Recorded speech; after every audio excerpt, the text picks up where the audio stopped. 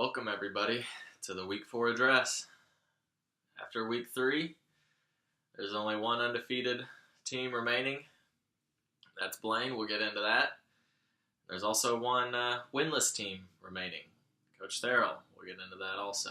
But you guys know the drill. We're going to start off by going over the Week 3 matchups, run down what happened, and we will go from there. I have a surprise in store for you guys in this one. New segment. I'm excited for it. All right, so we're going to do one take for all of the Week 3 matchups. I'm going to go through them. I'm going to be a little quicker so that this video is not as long. It takes a long time to upload. But first up, for Netflix and Chill, sitting at 0-3, Coach Therrell's team versus Steve McNair's shotgun offense, Colin Beffa, now 2-1. Colin came out victorious 114 to 104. Came down to Kirk Cousins performing, and he did. He put up 26 big ones.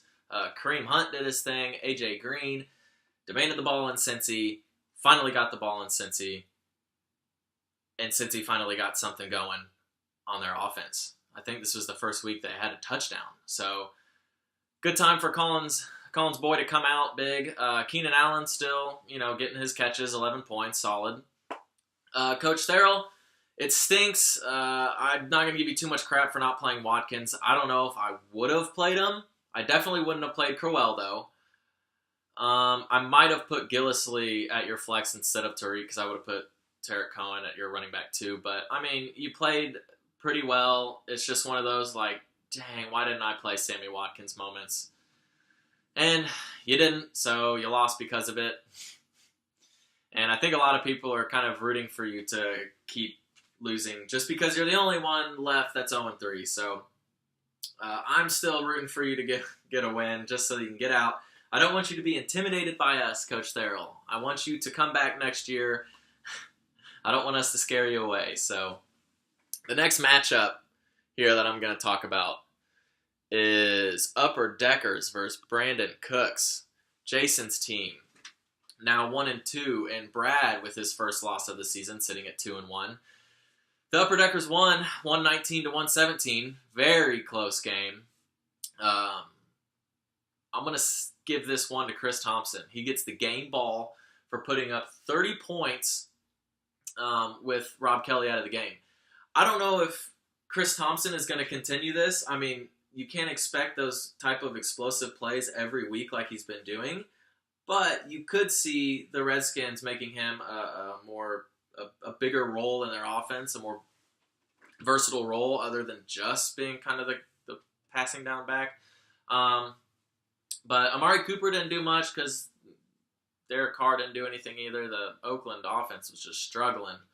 But definitely Chris Thompson won you that game. So I don't know if you found a running back now or he's just a good placeholder, but good job there, Jason, getting your first win of the season. Brad, Tom Brady, and Brandon Cooks tried to carry your team.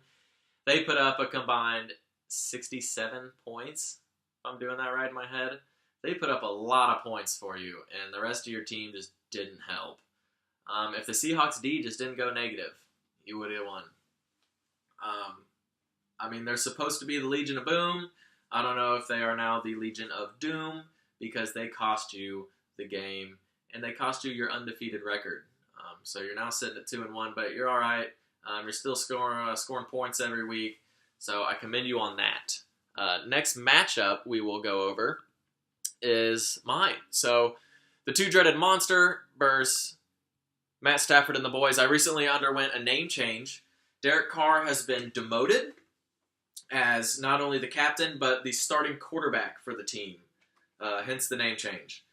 So, Derek Carr only put up 5, cost me the win.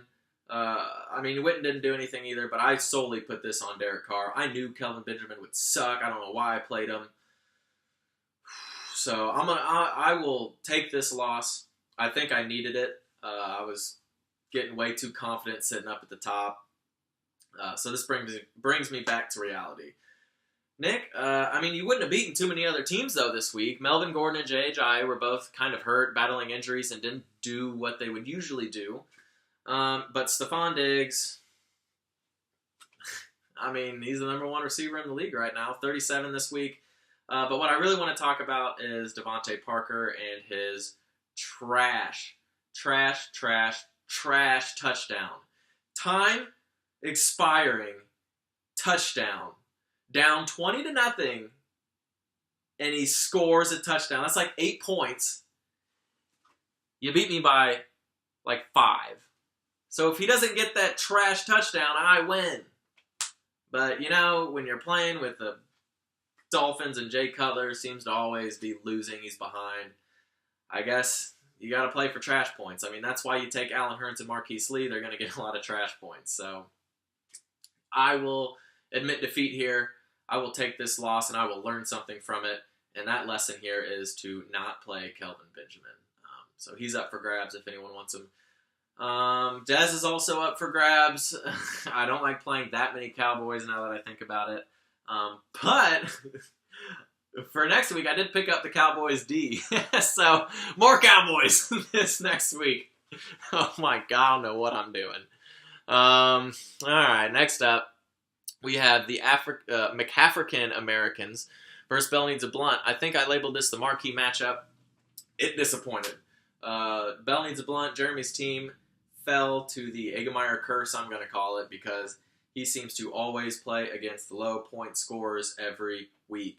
This week it was Jeremy. He put up 72, and Blaine beat him with a score of 96. Blaine, your team did okay. They did so-so. CJ Anderson put up that 30 bomb in week 2, and has just been okay weeks 1 and 3. So I don't know if he's really a great replacement for DJ. I know no one can replace him, but I thought maybe for a second there he would be a great substitution there. So we'll see if he can have another big game week 4 for you. T.Y. Hilton and Jacoby Brissett had some chemistry going. It's a good thing they got Jason's Tolzien out of there. I think he went to Wisconsin, right? Jason was high on him week 1. I don't know, but he was bad. Golden Tate did his thing. That last second, I think it was him for the Lions, where he didn't get in the end zone, and then they reviewed it, and then 10 seconds ran off, and they had to end the game. I mean, that stinks. They could have gotten another playoff. You never know. So, either way, Blaine, you came out with the win. You are 3-0, the only undefeated team left. So, congratulations on that. I guess it doesn't matter how you win, as long as you win, because at the end of the day, you're 3-0, and no one else is. So, congrats to that. Jeremy, you have a lot to look forward to. I mean, I keep saying it. You have a good team. They're just really not performing for you. I still think you'll be fine. I know you were low in this week's power rankings, but I think you'll be all right, Jeremy. Let's see. 2 more matchups. Next one, Premature Scoregasms versus Let's Get Rolling. Alex, you lost here, but just barely. Just barely. Coach Therrell, always putting up points. 126 to 119. The good thing, Alex, is OBJ is fully back. He had a great day, almost put up 30 points, had a nice one-handed catch, typical OBJ.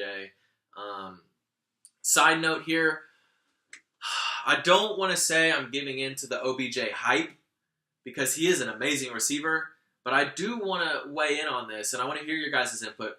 What do you think about OBJ being the most valuable player in the NFL? And by value, I mean to his team. Do you think the Giants are that bad without OBJ? And then when he comes back, I mean, they're a much better team. They still lost this week, but they actually looked like a football team. Let me know what you think. I think he is very, very, very valuable, maybe the most valuable in the league. Another thing, Alex, Cam Newton, I don't know if he's going to bounce back. I mean, he's looked bad all year. He didn't even put up double digits this week. I'm going to put your loss on him. I'm going to put the loss on Cam for not doing anything. I know his receivers are going down with Olsen and Benjamin, but, I mean, come on. You're Cam Newton. You have, just run the ball. You're huge. Get in the end zone. I don't know. I blame Cam Newton. Coach Therrell, your team is solid. They put up points every week. James White's just a placeholder. We get that. I'm just looking at it, and I have nothing bad to say. Deshaun Jackson, D-Jax, was a great play this week. Kind of boom or bust type of guy. Definitely boomed for you. Great play. You might be coach of the year if you keep this up. That's not even an award. I might make that award up. Coach of the year. I don't know, because you're doing a great job. You're making good plays. You had a good draft. So far, so good. So next up is going to be our last matchup of 2 Girlies, 1 Cup versus House Starkathion. Coulter came out victorious, 141 to 125. And he basically played a one-man down. 2 if you count his defense, since they scored negative.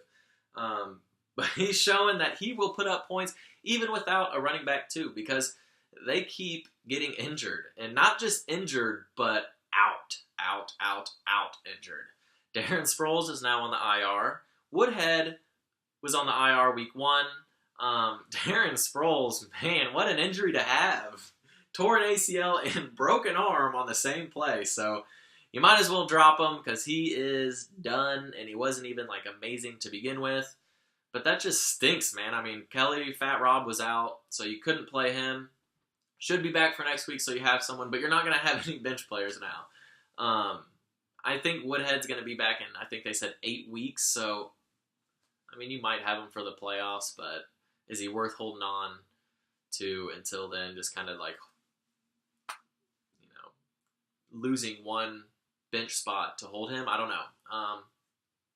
But the 37 from Gurley on Thursday night was amazing. Kind of gave you a great, like, relaxing, you know, be able to kick your feet back and just kind of relax going into the weekend knowing that you had a very good lead. Doug Baldwin and Antonio Brown did their thing, so those 3 right there pretty much solidified you a victory. So congratulations, Coulter. This week really helped you in the power rankings. You've proven that you are a contender in this league. Hunter Fitzgerald did great. Not going to say much. I mean, you put up way more points, over double the points than you did last week with that 50 you dropped. You would have beat, you know, quite a few teams in this league with your score of 125. Jordan Howard would have won you the game if you would have played him, but a lot of people didn't play him, so I'm not going to put that on you. It just stinks because you're sitting at 1 and 2 now, so you kind of got to dig yourself out of a hole. But there you have it, guys. Week 3 all wrapped up. Got Blaine at undefeated and Theral at 0 and 3, and everyone else in between. So we'll go into some other stuff here and keep this video rolling. All right, so first thing I want to talk about are the spreads that I posted on the Facebook page. Now that everyone is versed in how spreads work, these are spreads that I made up. So you'll see that there are spreads on ESPN according to the matchups. But with people changing their lineups, that'll change every time you put someone in and out. So I just kind of made these up. They're random. Fantasy's random anyways. And I thought it would be fun just to have people picking them. And at the end of the year, we can see who had the most. And if we think of anything to give that person, we can. But it would be fun. If we do decide to, I don't know, throw in an extra 5 and give that to the winner, we can. I will post up everyone's picks at the same time once they all come in. I have everyone's right now except for Coach Therrell's at the time of making this video. So just waiting on his, and I'll throw them up. I didn't want people to put theirs and then be able to look at others and then pick according, because once we get further down, there could be some scheming or cheating going on, so I didn't want that to happen. But yeah, I thought that would just be kind of something to have fun with. I know some of you guys like to gamble and do that kind of stuff, so if you don't like to, don't worry about it. It's not like there's anything on the line, just for fun. Next thing. All right, guys. We have a new segment that I'm going to try and do every week, if not at least every other week. And I think you guys are going to like this one. It's a big surprise. This happened within the last, 4 or 5 hours. So, and I thought it was a great idea, so we made it happen. But the segment is called Ain't Nobody Got Time for That. And how it's going to work is we're going to have an owner from the league on this video. We'll go over maybe one thing that's going wrong with their team, maybe something that they're mad about, something that they don't have time for. Hence, ain't nobody got time for that. And then maybe we'll talk about one other thing that's on their mind. Maybe let them have some spotlight in this video. So without further ado, our first Ain't Nobody Got Time for That guest coming right at you. All right. Welcome, Jason, to the first Ain't Nobody Got Time for That segment. I'm glad to have you on here. The first thing I want to ask you is, you've been real active trying to get trades done. What's going on? How come nothing's happening? Thank you, Reed. It's a pleasure being on your show here today. One thing I ain't got time for is these unfair trade deals. I'm talking to you, Moss. Jonathan Stewart for Aaron Rodgers. I just want everybody to know that right now. That is the most trash trade I have ever been offered. And on my quest for a starting running back, that's not where I'm going to land. And on top of that, Brad and Alex, pull the damn trigger.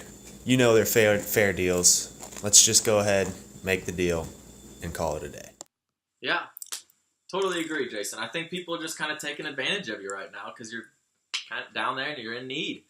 But let me ask you, if you're not able to make a trade, will you be able to make a playoff push just off waiver pickups? So you're asking me, do I think I can make the playoffs? Does a bear shit in the woods? Of course I can make the damn playoffs. Reigning champ. I'm going to play the waivers if nobody's willing to make a deal. And I might squeak in number 6. That's all I need. I don't need to be the top seed.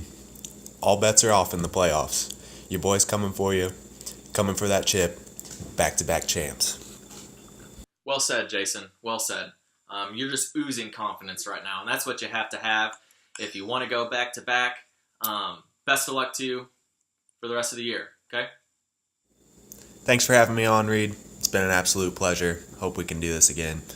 To everybody else in the league, Reed told me to keep it PG-13, so best of luck this week.